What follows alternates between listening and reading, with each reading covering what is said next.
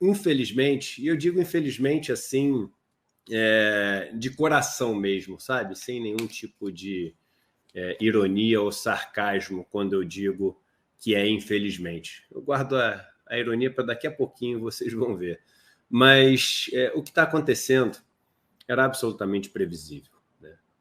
Em março do ano passado, no começo da pandemia, a gente falava que da forma como estavam sendo tratados os bancos e as corretoras, com toda aquela oferta de liquidez, de crédito, sem exigir nada em troca, e com todo aquele aperto, né, para os trabalhadores, trabalhadoras e micro e pequenos empresários, a gente ia sair dessa pandemia com um número absurdo de micro e pequenas empresas fechados, né? E a gente falou também que ia sair dessa pandemia com os bancos tendo lucros recordes, bilionários e recordes. É isso que está acontecendo, né? A gente falou que o Brasil ia virar um pária no mundo e que os outros países iam passar a não investir mais no Brasil. Ontem saiu a notícia de que o investimento estrangeiro caiu 77% no mês passado. E a gente falou que isso ia acontecer. A gente falou também que esse aumento do dólar ia ter um impacto muito grande aqui, que a gente ia viver um cenário de fome cada vez pior. Eu até alertei para a urgência de fazermos a reforma agrária no Brasil, principalmente agora na pandemia, né? E falei que isso não ia fazer muita diferença para a indústria brasileira, porque o jogo hoje é de produtividade, não é um jogo simplesmente da variação das taxas de câmbio. E aí, o que a gente viu ontem? A gente viu que a inflação, vamos botar aqui na tela para lembrar, né? A gente viu que a inflação novamente bateu recordes, né? Ela, para o mês de agosto, foi a maior em 19 anos. Em julho, ela foi a maior desde 2004. Em maio, foi a maior em 25 anos. Eu avisei no primeiro dia do mandato de Paulo Guedes que Paulo Guedes era uma farsa inventada pelo mercado, já que não tinha outra opção senão seguir com Bolsonaro. Falei que o histórico de Paulo Guedes no mercado financeiro é um histórico absolutamente medíocre. Nunca foi capaz de acertar cenários, nunca foi capaz até de ganhar dinheiro para os bancos com as suas posições. Ele foi um operador de mercados muito ruim, né? Ele simplesmente era sócio de um banco que cresceu muito e, como sócio, acabou ganhando muito dinheiro. Falava que ele seria um desastre na condução da política econômica, por ser um economista que faz previsões muito ruins, que toma medidas muito ruins e que é zero político. O que aconteceu? Guedes tem sido o pior ministro da economia que esse país já teve. Eu falei que com o que o Brasil estava fazendo, seja na política econômica, seja nessa tentativa de diminuir o papel dos bancos públicos, as taxas de juros para os consumidores e a taxa de juros de uma maneira geral no Brasil seguiria subindo. Aliás, mostrei que nunca tinha caído de verdade, né? Porque no momento onde a gente tinha uma taxa overnight que tinha como meta 2%, que nunca é a taxa efetiva, que é um pouquinho diferente, um erro comum que as pessoas cometem, né? Acham que aquela é a taxa efetiva. Não, aquela é a taxa alvo, é a taxa meta. A taxa no Brasil para 3, 4, 5 anos, que é a taxa utilizada, né, para oferecer crédito. As pessoas não oferecem crédito overnight. O crédito overnight é esse, né, do cartão de crédito, é esse do cheque especial, acima de 200, 300, 400%, mas aquela taxa que é oferecida no crédito para as pessoas poderem fazer seus investimentos. Essa nunca baixou muito, porque a taxa de médio prazo ela nunca caiu e segue muito alta. Eu vou compartilhar aqui para vocês, e sempre compartilhei essa tela com vocês. Aqui, ó, as taxas dos títulos pré-fixados para 2024.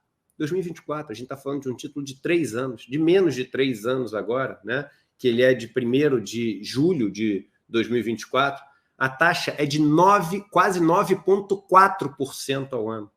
Então, você que acha que a taxa está em 5,25%, isso é a taxa de hoje para amanhã. A taxa para quem quer pegar crédito, né, é muito acima disso. Essa taxa nunca caiu muito. E a gente falava que isso fazia com que os negócios não fossem decolar, nem depois da pandemia. A gente falou que o desemprego ia aumentar e que ele só não tinha subido muito por conta de uma característica metodológica da forma como é calculado o desemprego no Brasil, que muitas pessoas não estavam procurando emprego por causa da pandemia. O que aconteceu? A tal volta da economia fraquíssima, né? Está acontecendo, segundo Paulo Guedes, e o desemprego não para de aumentar. No mês passado, foi novamente uma taxa de desemprego recorde. A gente mostrou para as pessoas que o Brasil teve a maior queda do PIB, a maior queda do PIB de todos os países quando a gente considera o PIB brasileiro em dólar. Mostrou que o PIB brasileiro caiu 30% quando medido em dólares no ano passado, que é uma soma de uma queda da economia, mas uma desvalorização brutal do real em relação ao dólar, porque todo mundo tirou o dinheiro do Brasil. A gente falou que a energia ia aumentar, a gente falou que os combustíveis iam aumentar também, e hoje Guedes sapateia na cara de todos, dança em cima da tragédia e fala a seguinte frase: qual o problema da energia ficar um pouquinho mais cara? Para ele, nada, né? Tem todas as suas contas pagas pelo governo, tem muito dinheiro acumulado no rentismo do mercado financeiro, não entende o que é montar um negócio que produza alguma coisa. Paulo Guedes nunca produziu absolutamente nada na vida. Um alface, uma cadeira, um computador, um caixote, nada de real. Vive no mundo do dinheiro que é só um pixel na tela do computador. Não entende nada de economia real. Então, para ele, isso não faz diferença. Mas nós falamos que com as privatizações também, privatização dos bancos públicos, privatização de Petrobras e Eletrobras, privatização dos Correios, que isso ia fazer com que cada vez mais esses três custos principais da economia, os três principais custos dos pequenos e microempreendedores, o financiamento do seu negócio, porque eles não têm capital, a energia para transformar a riqueza, porque é isso que significa você ter um negócio, e o envio dos seus produtos, das suas mercadorias, que é o que a nova economia faz. As empresas não precisam mais ter lojas nas ruas, podem enviar direto seus negócios. A gente falava, com a privatização desses três setores, ou só com o movimento na direção de privatizar, o jogo vai ficar impossível para o pequeno. E aí o pequeno vai ser obrigado, por não conseguir competir, a trabalhar para o grande. Pior, vai trabalhar sem a proteção de nenhuma lei trabalhista, porque elas foram demolidas antes.